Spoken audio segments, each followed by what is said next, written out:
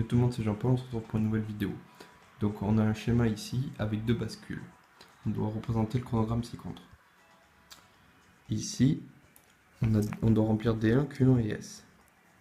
C'est toujours dans l'ordre, D1 représente cette partie. On n'a donc pas besoin de bascule. Pour remplir cette partie, on regarde A. A est à l'état haut, B est à l'état bas. Donc si A est à l'état haut, on aura donc 1 ici. Et ici on aura 0. Donc ici ça vaudra le contraire, donc 1. Donc on aura 1 et 1.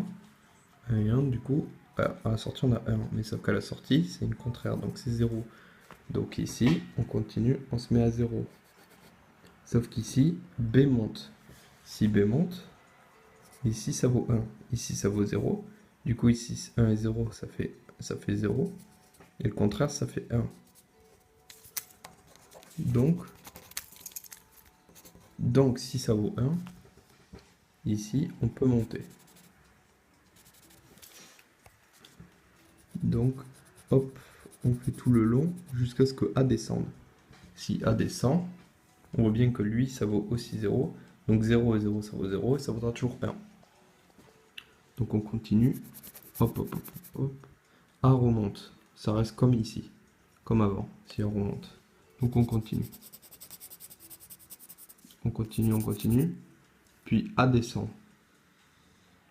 A descend, c'est exactement comme ici, ça ne change rien. Et maintenant B descend. Donc si B descend, ça vaut... On efface tout.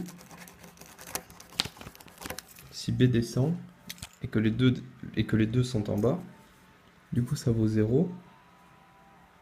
Ici ça vaut 0. Et du coup ça vaut 1 et 0. 1 et 0, ça vaut 0.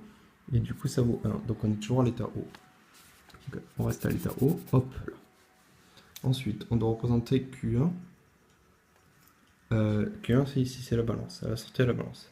Il faudra prendre en compte le reset qui est asynchrone. Je précise bien asynchrone. Qui ne dépendra donc pas de chaque montée du clock. Donc, on va le représenter. C'est-à-dire que le clock, comme on peut le voir, il monte à partir d'ici, donc c'est le front montant. Donc il est là. Et en fait, ce sera D1 dès que D1 monte. Donc D1 il est en haut, et là on met au front montant. Donc hop, on monte, on monte, on monte, on monte. Il reste à l'état haut tout le temps. Donc il reste à l'état haut. Ensuite, là on voit qu'il y a un reset. Le reset, il apparaît là. Sauf qu'il est asynchrone, comme je l'ai dit tout à l'heure. Donc il ne dépendra pas de ça. Donc là, il s'arrête là. Il s'arrête à cet endroit. Sauf que le reset est fini. Mais Q1, pour le moment, c'est à l'état bas. Et donc on le fait remonter. Donc si on remonte, hop là, on remonte au prochain front montant. Donc on finit. Et ça finit comme ça, pareil. Parce que Q1, il est là et on n'a pas besoin. Ensuite, il ne reste plus que S à faire. S est donc la dernière bascule. Cette bascule-là dépendra de Q1. Le reset sera le même que l'autre balance, que Q1. Et donc le reset sera ici, ce sera le même que celui-là. Donc en gros, ça ne dépendra que du front montant, de Q1, et comme il y a un d'avant, ce sera aussi du A. Donc, si c'est Q1 et A, ici on voit que A est à l'état haut, mais pas Q1. Donc on attend que A soit à l'état haut, c'est-à-dire à partir de ce moment-là. Sauf que il y a deux balances à la suite. Lorsqu'il y a deux balances à la suite, il y a un décalage, c'est-à-dire que c'est envoyé au prochain front montant car l'information est envoyée au prochain, parce que la balance est asynchrone. Ça ne marche que si la balance est asynchrone. À ne pas confondre avec le reset qui est asynchrone ou synchrone, pareil. C'est une chose bien différente. Donc ici, on monte au prochain front montant. Donc on monte, on monte, on monte. Et là, d'un coup, A descend. Le prochain front montant est ici. Donc on descend ici. Donc pareil. La Q1 est en haut. et A est en haut.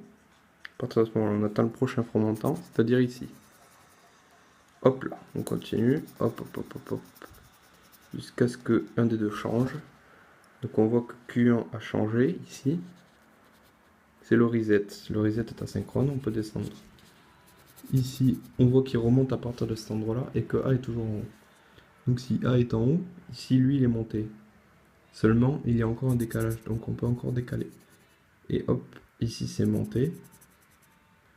Et donc A est descendu à partir d'ici, et Q1 est toujours en haut. Mais vu que A descend, on attend le prochain front, on descend. Hop là, voilà, c'est terminé. On a donc ce schéma-là. Voilà.